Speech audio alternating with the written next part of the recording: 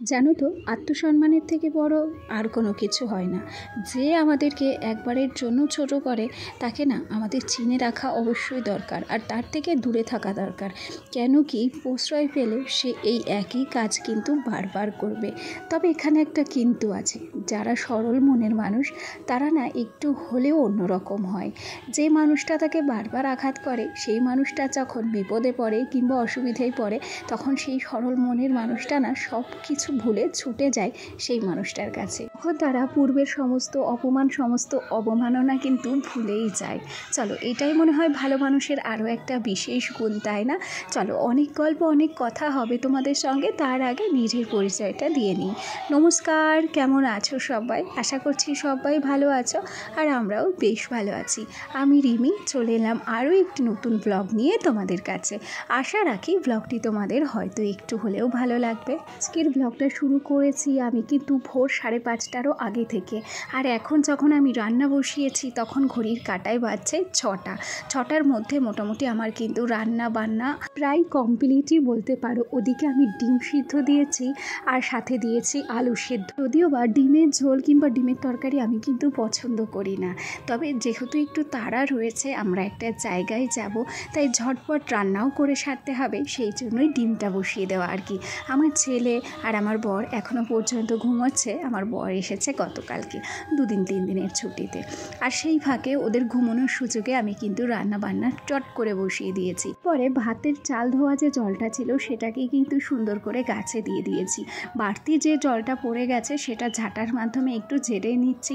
আর কি বলো তো, ঘরের সামনেটাতে না জল চলে ভাব থাকলে একটা বিশ্রী ব্যাপার হয়ে যায়। তার উপরে ঘুম থেকে ছেলে উঠবে, ওর বাবিও উঠবে, না জানি আমার ছেলেটাই স্লিপ খেয়ে পড়ে যায়। তাই আগে ভাগে সাবধানতাবশত আমি কিন্তু সুন্দর করে ঝাড় দিয়ে নিয়েছি পোটেটা, আমরা এটাকে পোটে কিংবা সিঁড়ি বলি, আর তারপরে সুন্দর করে মুছে নিচ্ছি।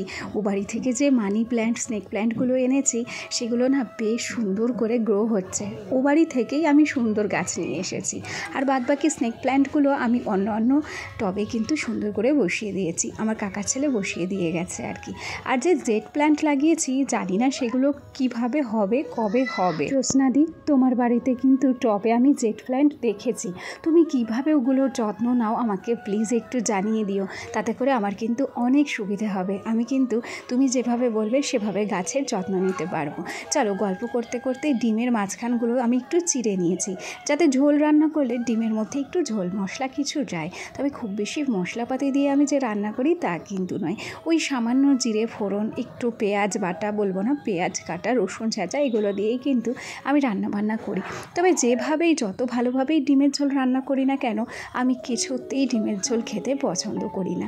তবে ওই অগত্যা কোথাও যাব, সেই জন্যই ঝটপট করে রান্না সেরে এই যে দুজন মিলে একটু চা করে নিয়ে চা খেতে এসেছিলাম, আর সেই সময় কিছু একটা আলোচনা করছিলাম, আর আমরা না ভীষণ হাসছিলাম। জানো, জীবনে আমাদের ভালো থাকতে অনেক কিছুর দরকার পড়ে, টাকা পয়সার দরকার পড়ে, ঘরবাড়ির প্রয়োজন হয়, জিনিসপত্রের দরকার হয়, তবে সবচেয়ে বেশি যেটা দরকার হয় সেটা হচ্ছে মানসিক শান্তি।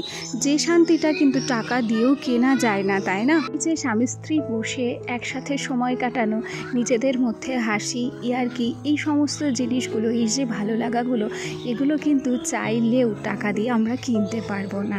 যাই হোক, চলো, কিছু থাক আর না থাক, এই মানসিক শান্তিটা অন্তত আমার আছে, জানো তো। আমি দিন শেষে এগুলো ভাবনা চিন্তা করেও কিন্তু বেশ ভালো আছি। চলো, আজ থেকে না আমার জীবনের একটা নতুন অধ্যায় শুরু হলো মা হিসেবে। মা তো অনেক দিন আগেই হয়েছিলাম, তবে এবার সন্তান মানুষ করার কর্তব্যের পালা। চলো, সোনাকে নিয়ে আমরা চলে এসেছি স্কুলে। আজকে আমি সোনাকে স্কুলে অ্যাডমিশন করাবো, আর এই দেখো আমি সোনাকে ছবিও তুলিয়ে নিলাম, আর তারপর ক্লাসে বসিয়ে দিয়েছি। এখনও আমার সোনাকে অ্যাডমিশন করাইনি, সবে মাত্র ক্লাসে বসিয়েছি, একটু দেখছি যে ও থাকে কি না এত বাচ্চাদের মধ্যে। এখানে এসে না মনটা অনেক খারাপ হয়ে গিয়েছিল। প্রথমে আমি মনে মনে ভেবেছিলাম যে ওর বাবা তো একটা ভালো চাকরি করে, তাহলে কেন আমার ছেলেটাকে একটা ইংলিশ মিডিয়ামে দিলাম না। তার আগে দেখো আমার ছেলে নতুন বই পেয়ে কত খুশি, কি আনন্দ পাচ্ছে, কি লাজুক ভাব করছে, আমার না ভীষণ আনন্দ লাগছিল। তো চলো, কেন ছেলেকে ইংলিশ মিডিয়ামে দিলাম না, আসলে কি বলো তো, ইংলিশ মিডিয়াম আমাদের এখান থেকে 25 কিলোমিটার দূরে। এত ছোট বাচ্চা নিয়ে 25 কিলোমিটার দূর সকাল 7:30টার মধ্যে পৌঁছানো কোনোভাবেই সম্ভব হবে না। আর তার উপরে কি বলতো, প্রথমে আমরা ওকে একটু প্র্যাকটিস করাতে চাইছি। তবে স্কুলটা আমি যতটা নর্মাল ভেবেছিলাম ততটা নর্মাল নয়। সমস্ত কিছুই এই স্কুলে ইংলিশেই হয়, বাংলা একটাই রয়েছে। আসলে জানো তো, কোনো স্কুলই খারাপ নয়। আমরা কিভাবে আমাদের বাচ্চাকে তৈরি করব সেটা সম্পূর্ণ আমাদের হাতেই কিন্তু থাকে। চলো, তোমাদের সঙ্গে গল্প করতে করতে ছেলেকে কিন্তু আমি অ্যাডমিশন করিয়ে বাড়ি চলে এসেছি। ওকে আজকে আর স্কুলে রাখেনি, আগামী দিন থেকে ওকে স্কুলে নিয়ে যেতে হবে। আর আগামীকাল থেকে সম্পূর্ণরূপে আমার দৈনন্দিন জীবনযাত্রা কিন্তু চেঞ্জ হতে চলেছে, সব কিছুর পরিবর্তন হতে চলেছে। আসলে আমরা মানুষেরা না সত্যিই পরিবর্তনশীল। যখন যেরকম পরিস্থিতি আসে তখন সেরকম পরিস্থিতির সঙ্গেই আমাদেরকে মানিয়ে নিতে হয়। এই যে দেখো, যত থালা বাসন ছিল সমস্ত কাজকর্ম সেরে গিয়েছিলাম, থালা বাসনগুলো আমি রেখে গিয়েছিলাম। এসে নাকে মুখে কয়েকটা খাবার দাবার খেয়ে তারপরে এই যে ঘর গোছাতে চলে আসছি। বলবো না, যে সমস্ত কাজগুলো আমি ছেড়ে গেছিলাম সেই সমস্ত কাজগুলোই এখন আমাকে করতে হবে। এই থেকে রান্নাবান্নার পার্ট তো আমরা চুকিয়েই গেছিলাম, তবে রান্নাবান্নার পরেও তো সংসারে অনেক কাজ থাকে।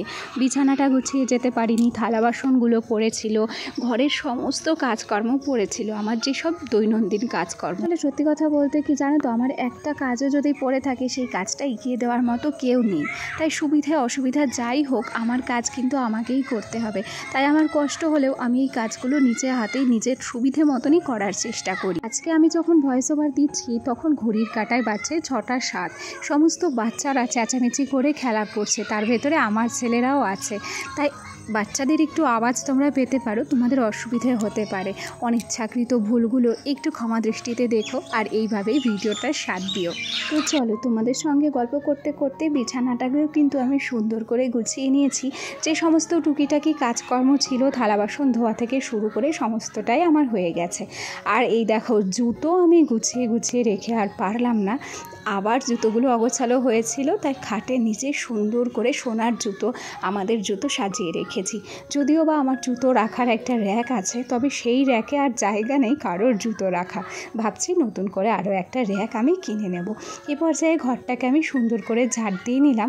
এখন ঘড়ির কাঁটায় মোটামুটি 1টা ছেড়ে গেছে।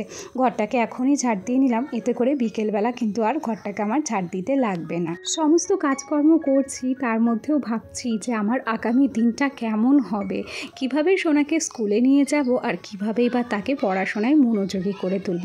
আদৌ কি সে থাকতে পারবে স্কুলে? সমস্ত প্রশ্ন আমার মনে কিন্তু ঘোরাফেরা করছে।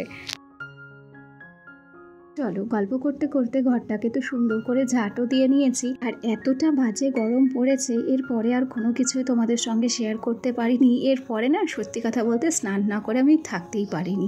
এখন মনে হচ্ছিল যদি দমকা হাওয়া এসে পুরো ঠান্ডা করে দিয়ে যেত আবহাওয়াটাকে, তাহলে কতই না স্বস্তি পেতাম। আসলে দেখো, আমরা মানুষেরা কোনো কিছুতেই খুশি নই। যখন শীত ছিল তখন ভাবতাম গরমকালই ভালো ছিল, আর এখন যখন চাঁদি ফাটা গরম দিয়েছে তখন আমরা ভাবছি যে সেই শীতটা কতই না ভালো ছিল, কতই না আরামে দিনগুলো কেটেছে। এত ছটফট করতেও হয়নি আর এত হাঁসফাঁস করতেও হয়নি গরমে। চলো, গল্প করতে করতে একটাই নাইটি ছিল, সেটাকে আমি সুন্দর করে ভাঁজ করে জায়গার জিনিস জায়গাতেই রেখে দিয়েছি, মানে আলনাতেই সুন্দর করে গুছিয়ে রেখেছি। আর তারপর এই যে আলনার উপরটাকে একটু সুন্দর করে মুছে নিচ্ছি। এরপরে আলনাটাকে সুন্দর করে আমি কিন্তু যেমন ছিল তেমনভাবেই গুছিয়ে নেব। ভিডিওর এ পর্যায়ে আমার আজকের ভিডিওটি কেমন লাগলো কমেন্ট করে জানাতে ভুলো না। আজ তাহলে আসি গো, কাল আবার দেখা হবে। সবাই ভালো থেকো, টাটা।